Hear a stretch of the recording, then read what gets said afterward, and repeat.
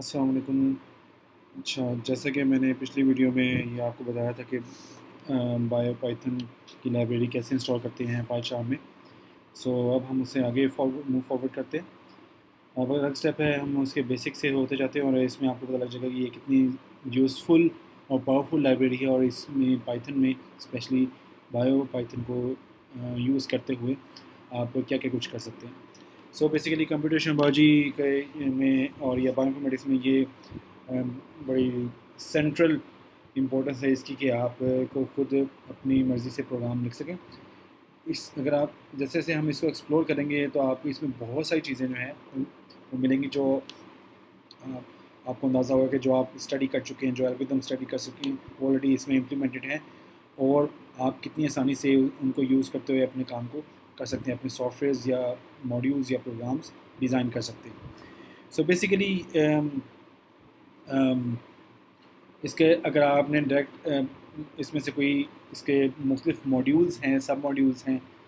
मैंने उसमें से फ्रॉम बायो पाइथन की लाइब्रेरी बायो के नाम से रेफर हो रही है, ठीक है। उसमें डॉट सेक उसके सीक्वेंस की जो सब मॉड्यूल है या मेथड है उसको कॉल किया और उसमें से सीक्वेंस को इंपोर्ट किया। सीक्वेंस इसका एक इंटरफेस है या मेथड है, आप कह सकते हैं, या क्लास है। सो बेसिकली ये एक ही है और यहाँ पे मैंने सीक्वेंस का एक ऑब्जेक्ट बनाया है। ये सीक्वेंस की क्लास मैंने यहाँ पे जैसे इंपोर्ट की थी, तो सीक्वेंस को यहाँ पे इसको इंपोर्ट करके उसमें अपनी मर्ज़ी का कोई भी आप जो है वो दे सकते हैं न्यूक्लियोटाइड या सीक्वेंस। सो मैं इसको मज़ीद भी आगे बढ़ा देता हूँ। सो एनीवेज़ ये तो इसका माईसेक के नाम से ये जो है एक ऑब्जेक्ट बना है। अब ये इसका ऑब्जेक्ट है या वेरिएबल ऑब्जेक्ट, एक वेरिएबल ही होता है बेसिकली। इसको जस्ट मैं प्रिंट करवाता हूँ। So let's see what will be the outcome. So this is the outcome. जैसे मैं इसको जूम कर देता हूँ तो ये इसकी आउटकम आ रही है, ठीक है। फिर इसी तरह इसका मैं अगर कम्प्लीमेंट करवाना चाहता हूँ तो जस्ट मैं और दो नीचे लिखा हुआ है माईसेक डॉट कम्प्लीमेंट के नाम से इसमें इस लाइब्रेरी का फंक्शन है। ये करेंगे, इसका कम्प्लीमेंट आ जाएगा। इस कम्प्लीमेंट को आप प्रिंट करवा लें जैसे कि मैंने यहाँ पे करवाया हुआ है। सो इसको आप डायरेक्ट भी इधर लिख सकते हैं। सो लेट्स सी इसका कम्प्लीमेंट। सो मैं इसको जूम करता हूँ, ये देखें इसका कम्प्लीमेंट आ गया है, ठीक है। इस तरह इसका रिवर्स कम्प्लीमेंट आप बना सकते हैं। इसी तरह इस ऑब्जेक्ट को लेकर इसके मेथड को कॉल करते हैं। सो ये my seq dot reverse complement and let's see what will be the output. So this is the third one is the reverse complement. मैं इस वाले print को comment कर देता हूँ so that you can understand better. So here you go. So this is the reverse complement of the above sequence. Reverse complement यानी कि इधर से रिवर्स से complement इसका लेके जाता है। चलिए मैं आगे इसको प्रिंट करता हूँ। आगे इसके कुछ मेथड हैं जो जैसे कि जो नॉर्मल स्ट्रिंग मेथड पाइथन में होते हैं वो भी आप यूज़ कर सकते हैं। जैसा लेंथ का मेथड है, काउंट का मेथड है, ठीक है, वो आप यूज़ कर सकते हैं, जैसे कि मैंने यहाँ भी यूज़ किया है। मैं इस प्रिंट को भी सॉरी इसको ऐसे अनकमेंट करता हूँ।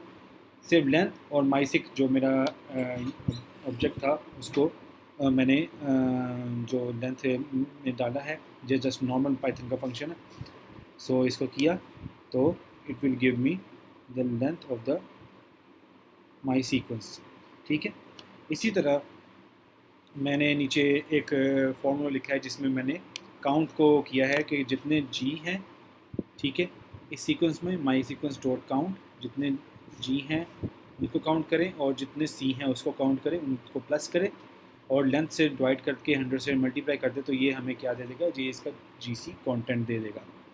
सो मैं इसको कमेंट करता हूँ and here is the answer 46.34।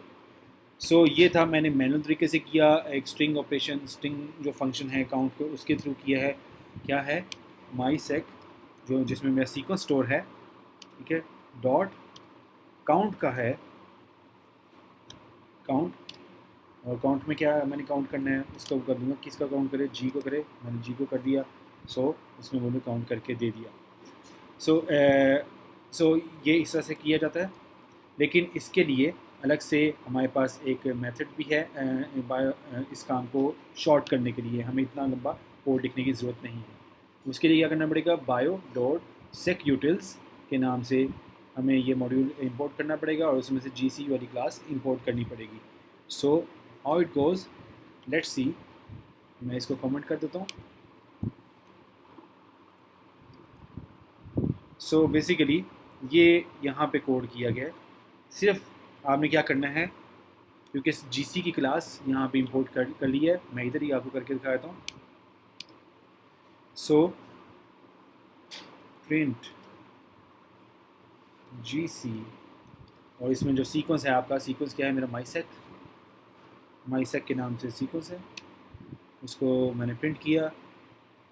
सो उसके GC कंटेंट को हम इस तरह से इसका GC कंटेंट यहाँ से आ रहा है, ठीक है। सीक्वेंस से पहले, चूँकि हमने इसको प्रिंट करवाया तो सीक्वेंस से पहले इसका प्रिंट आ रहा है, ठीक है। इसको मैं नीचे भी किया था, सो प्री कोडेड कर दिया था ताकि आप लोगों को आसानी हो समझने में। सो और आप देखेंगे जैसे ही मैंने इसको कमेंट करूँगा, ये लाइब्रेरी जो है दोबारा डिम हो जाएगी। इसका मतलब ये यूज़ में नहीं है। इसको अनकमेंट करूँगा तो इसका मतलब ये लाइब्रेरी यूज़ में आ गई है, ये मॉड्यूल और ये क्लास यूज़ में आ गई है। इसी तरह लास्ट वन है जिसमें सीक्वेंस इनपुट आउटपुट, उसको मैं इंपोर्ट करूँगा। सो उसमें क्या है, आप सीक्वेंस की जैसे एक पर्टिकुलर लेंथ है, जैसे यहाँ पे है 4 to 12, जो क्योंकि ये भी एक अरे की तरह ही स्टोर होता है, 0 से स्टार्ट होती है और जहाँ तक सीक्वेंस लेंथ है वहाँ तक ये स्टोर होगा।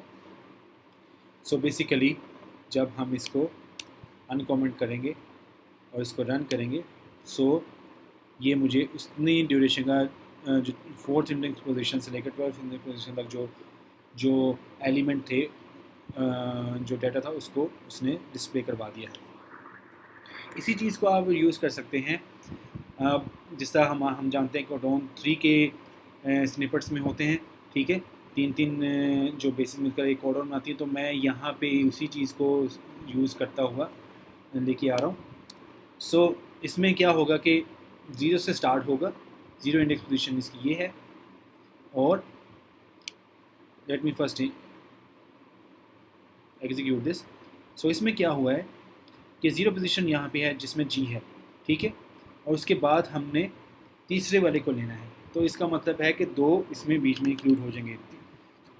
तो इसका मतलब है कि 1, 2 और 3, third one is C, so C is printed. So आप इस तरह 3 के स्निपेट्स में आप जो स्ट्राइड है, इसे बेसिकली स्ट्राइड कहते हैं प्रोग्रामिंग की, ये कितनी छलांग लगाई है, ठीक है, 3 की छलांग लगाई है, ठीक है। 0, 1 आपने लिया, और उसके बाद C, और उसके बाद फिर T एंड सो ऑन। इस तरह आप 0 से ना स्टार्ट करें, 1 से स्टार्ट कर लें, जिस तरह के इसमें किया है, तो आप इस तरह इधर 2 से स्टार्ट किया है। सो मैं इसको एग्जीक्यूट करता हूँ। So you can see the difference. पहले में 0 से स्टार्ट किया तो G से स्टार्ट हुआ था, दूसरे में A से स्टार्ट हुआ है, और फिर 2 छोड़े हैं और फिर G and so on, and तीसरे में T से स्टार्ट हुआ। इस तरह ही आपका इंटायर लेंथ ऑफ सीक्वेंस जो है वो कवर हो गया। अगर आप कोई ऐसे टास्क करना चाहते हैं जिसमें आप तमाम पॉसिबल जो ORFs हैं उनको देखना चाहते हैं, तो आप इस तरह इस चीज़ को अपने कोड में इस्तेमाल कर सकते हैं। अब तक के लिए इतना ही। इंशाल्लाह फिर आगे मज़ीद इसको आगे वीडियोस के साथ दोबारा हाजिर होऊंगा। ओके, इसको प्रैक्टिस करें, और इसकी वेबसाइट है biopython.org के नाम से, आई गेस, तो उसको आप देख सकते हैं, वहाँ पे भी इसके ट्यूटोरियल्स मौजूद हैं। थैंक यू, अल्लाह हाफ़िज़।